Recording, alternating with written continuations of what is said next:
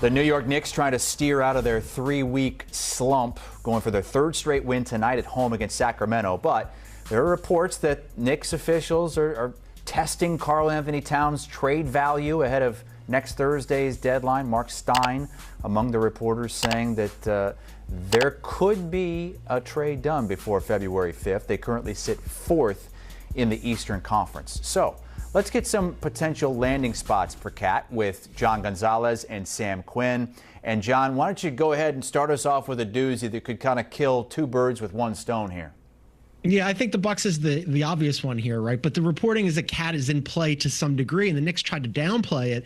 I think it makes sense. Yes, they've won their last two games against the Sixers and the Nets, but January has been an absolutely brutal month for the Knicks. 4-8 in January, 22nd in net rating. A big part of that is defense, right? Because Karl-Anthony Towns, for all his offensive prowess, gets hunted at the defensive end. So the rumors initially over the offseason were that Giannis wanted the Knicks. That would solve a lot of problems, right? Cat for Giannis, Cat having one of the worst shooting seasons of his life. The problem here is that the Knicks have really depleted their draft capital. When they went after Mikal Bridges, they traded 5 first-round draft picks. They really only have first-round swaps to offer through 2032. So is a Cat for Giannis swap from the Bucks perspective enough? I'm not sure. But from the Knicks end, for sure, they would love for this to happen. Giannis is a monster. He immediately makes them better on the defensive end. And then you can imagine what kind of trouble he could get into with Jalen Brunson in that two-man game. So from the Knicks end, they would love this. From the Bucks end, I'm not sure if they could pull it off. Okay, you guys each are going to have a few different landing spots, and we'll go to each one of you for those. Sam, you're going to go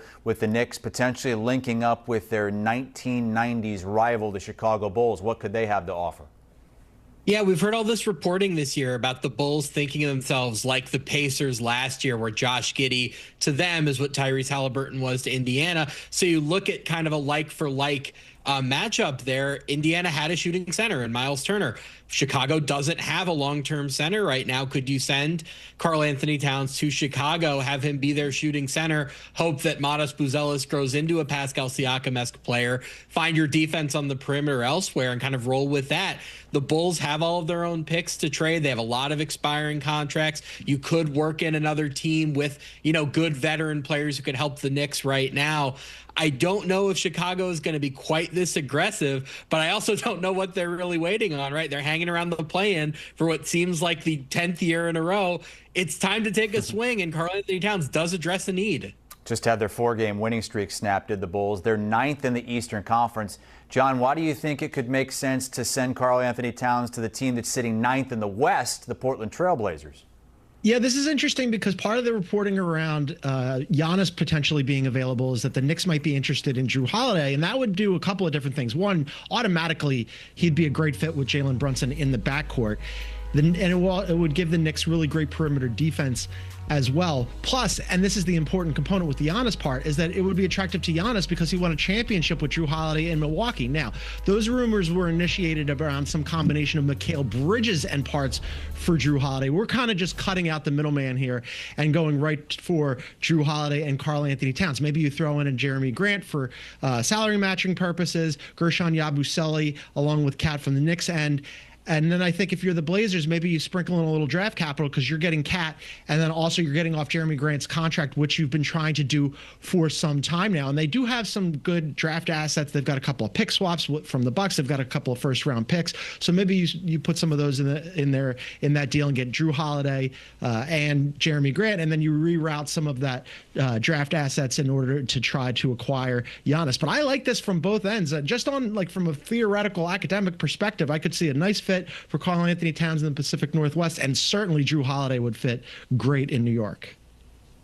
Yeah, what I like about this is that it reminds me a little bit of Minnesota, where Karl-Anthony Towns played with Rudy Gobert, a rim-protecting center who could protect him a little bit on defense. Donovan Clingan really emerging as that sort of defensive force for Portland. If you put Karl-Anthony Towns next to him, maybe he wouldn't get picked on quite so much defensively. Portland takes a ton of threes. They're near the top of the league in three-point attempt rate, but they make the lowest percentage of all of basketball. If you put Karl-Anthony Towns in there at power forward, you increase the shooting a little bit. Plus, you could could run some lineups with him at center, which I think when Scoot Henderson does eventually come back, that could be pretty helpful for him. There's nothing more valuable for a guard who struggles to shoot than a big man who can. So I think there's a lot of basketball sense in a trade like this. It makes sense offensively, makes sense defensively. Trade deadline is a week from Thursday as we look for potential landing spots for Karl Anthony Towns if the Knicks ship him out. And Sam, you're going to stay out west with the New Orleans Pelicans, who are sitting in last place.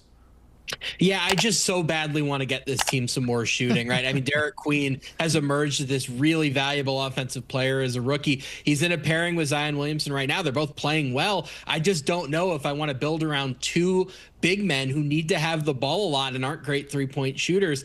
Could you do something where Karl Anthony Towns is the big man next to Derek Queen? You'd still have defensive issues, of course, but you'd get that spacing, which would maybe make life a little bit easier, not only for Queen, but for Jeremiah Fears. They've got a lot of mid-sized contracts they could trade, whether it's DeJounte Murray or Jordan Poole. I'm sure the Knicks would love to get their hands on Herb Jones as a defender. Not sure the Pelicans are interested in giving him up, but they do control their own picks. And as Atlanta is learning this season, owning Pelicans picks is a pretty interesting thing to do. Sam loves to rope in the Pelicans here. What a mighty fall this would be for Karl Anthony Towns to go from an ascendant Wolves team, gets shipped out to New York for salary purposes. Then he's on a Knicks team where they're in the first Eastern Conference Finals in 25 years, coming to this season thinking they're contenders. They're going to potentially make the finals, maybe even win it this year. And then all of a sudden, halfway through the season, the Knicks look around and go, oh man, our defense is absolutely putrid. And it's because of Karl Anthony Towns. And now your reward for that is exile to New Orleans. Everybody can find Sam on Twitter for that opinion. John, you got one more potential landing spot that might be a little bit better than New Orleans. Yeah, this one, I'm going to admit that this is a little bit of an NBA fantasy camp kind of idea, but it's the Phoenix Suns, and they've been one of the most pleasant surprises in the NBA all season. They're 27-19. They're 7th in the West. They're only a half game behind the Wolves for 6th place in the West and the playoffs proper. So why would they want to mess with a good thing, right? Well, because Booker and Karl Anthony Towns have openly talked about one day playing with each other. And the Suns do love to tinker. We know that Matt Ishbia, the owner, likes to take big swings. They traded for Kevin Durant. That didn't work out. They traded for Bradley Beal. That didn't work out. Maybe a trade for Karl Anthony Towns could potentially work out. Now, salary matching purposes, this is not an easy one to pull off. It'd have to be something like Dylan Brooks, Royce O'Neal, and Grayson Allen. That's a big part of the Suns' core. I'm not sure that they would do that or that they should do that. Maybe they loop in a third team. The other problem here is that the Suns, as we all know, have limited assets because they've traded them all away. They've got 3 second-rounders that they could possibly use. But the idea of Devin Booker and Karl Anthony Towns together is interesting. Plus, they haven't really seen Jalen Green, who they acquired in that Kevin Durant trade, on that team as well. So they'd have a ton of offensive firepower there. Not sure who would play defense. That would certainly be a problem. But here at NBA Fantasy Camp, we're not concerned with those sorts of things, and it's interesting to think about. John, what did Mark Williams ever do to you? He's having such a good year. Why are we disturbing that Phoenix front court? Everybody's so happy there. I don't think you can afford to give up Dylan Brooks, who's been the culture setter for them all year. Mark Williams having a great year. I don't want him fighting with Cat for minutes. Maybe you could do something with the Jalen Green contract. He's obviously barely played this year, not essential, but I'm not sure the Knicks would be interested. It's a tough match from a trade perspective. Leave Mark Williams alone. All right, Karl Anthony Towns under contract for one more year, then a player option. We'll see if he moves over the next 9 days or so, with the deadline coming up a week from Thursday. Sam Quinn and John Gonzalez at CBSSports.com. Sam Quinn has an article up today, Deadline Buyer's Guide, how contenders can make moves before next Thursday. And Karl Anthony Towns might be one of those guys on the move. The 5-time All-Star is on the block potentially in New York.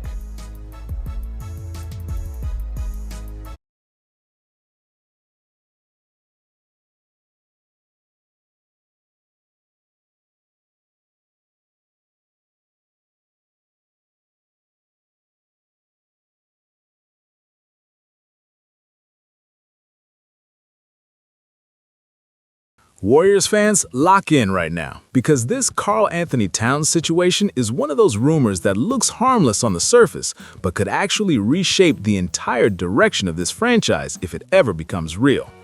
When reports start saying the Knicks are quietly testing Cat's trade value ahead of the deadline, that's not just background noise. That's a signal that something is shifting in the league, and Golden State would be foolish not to at least be paying attention. This is exactly the type of moment where front offices either make a bold move that extends a window, or they sit back and watch other teams pass them by. Let's be honest for a second. The Warriors' biggest problem right now is not effort, not culture, not even coaching. It's offensive consistency. There are too many nights where everything depends on Steph Curry doing something superhuman, and if the shots aren't falling, the whole system feels fragile. Klay is no longer the same automatic weapon he once was. Draymond brings leadership and defense, but not scoring. The young guys are still learning. And in a league where spacing and shooting decide championships, Golden State sometimes feels like it's fighting with one hand tied behind its back. That's where Karl Anthony Towns becomes such a fascinating and honestly dangerous name to even think about. Because offensively, Cat is exactly the type of big man that Steve Kerr's system dreams of. A 7-footer who can shoot from deep, stretch the floor, attack closeouts, and force opposing centers to leave the paint. Just imagine the gravity of Steph Curry running around screens while Towns is parked above the arc. Defenses would be in absolute chaos. Do you stay glued to Steph and give Cat open threes? Or do you help on Towns and let Steph cook single coverage? Either way, somebody is getting punished. From a pure basketball fit, the offensive upside is insane. Pick and pop with Steph and Cat would be unguardable. Dribble handoffs become lethal. Weak side help disappears. Suddenly, the Warriors' half-court offense, which sometimes stalls and feels predictable, becomes dynamic again. It feels modern. It feels terrifying for opponents. And in the Western Conference, loaded with athletic wings and scoring guards, having a big who can stretch the floor like that is a luxury, not a weakness. But here's the part Warriors fans have to be brutally honest about. Karl Anthony Towns is not Draymond Green on defense. He's not Kevon Looney. He's not a rim protector that scares anyone. In fact, one of the main reasons the Knicks are even rumored to be open to moving him is because he gets hunted defensively. Teams target him in pick and roll. They force him to switch. They attack his foot speed. And in playoff basketball, where every weakness gets exposed, that becomes a real problem. So now the question becomes philosophical, not just tactical. Are the Warriors willing to trade defensive identity for offensive firepower? For years, this dynasty has been built on two things: Steph shooting and elite team defense anchored by Draymond and smart rotations. Bringing in Cat would tilt that balance. You gain spacing and scoring, but you risk becoming vulnerable in the exact areas that matter most in May and June. And that's why this rumor hits so differently than most. This isn't just another add-a-role player situation. This is a potential identity shift. It's asking whether the Warriors, at this stage of Steph's career, should double down on offense and try to outscore everyone, even if it means sacrificing some defensive stability. Because let's not forget the context here. Steph is not getting younger. The window is real. The urgency is real.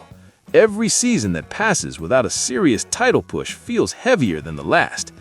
From the front office perspective, this is the type of move you only consider if you believe you're one piece away.